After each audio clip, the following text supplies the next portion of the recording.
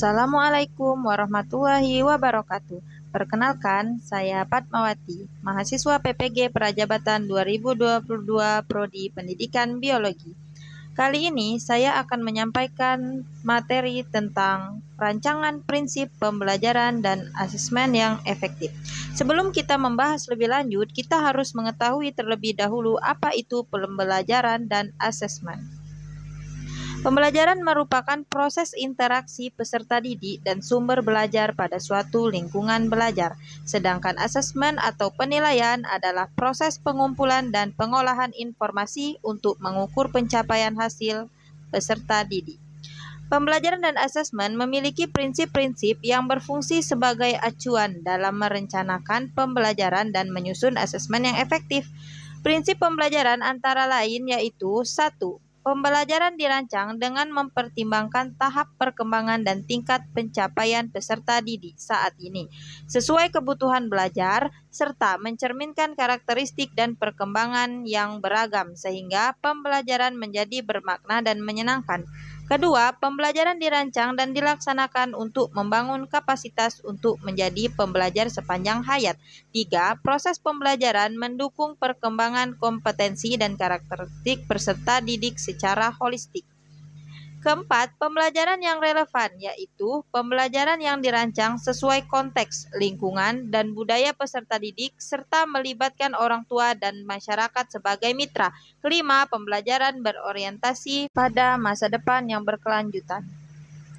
Prinsip asesmen.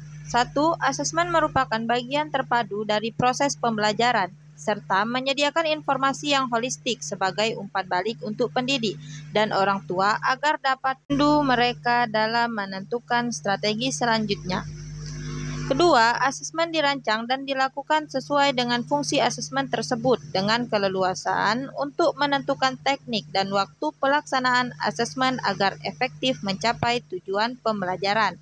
3. Asesmen dirancang secara adil, proporsional, valid, dan dapat dipercaya untuk menjelaskan kemajuan belajar dan keputusan tentang langkah selanjutnya.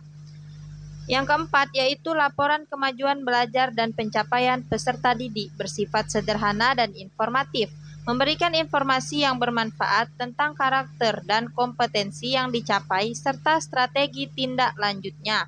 Kelima, hasil asesmen digunakan oleh peserta didik, pendidik, tenaga kependidikan, dan orang tua sebagai bahan refleksi untuk meningkatkan mutu pembelajarannya.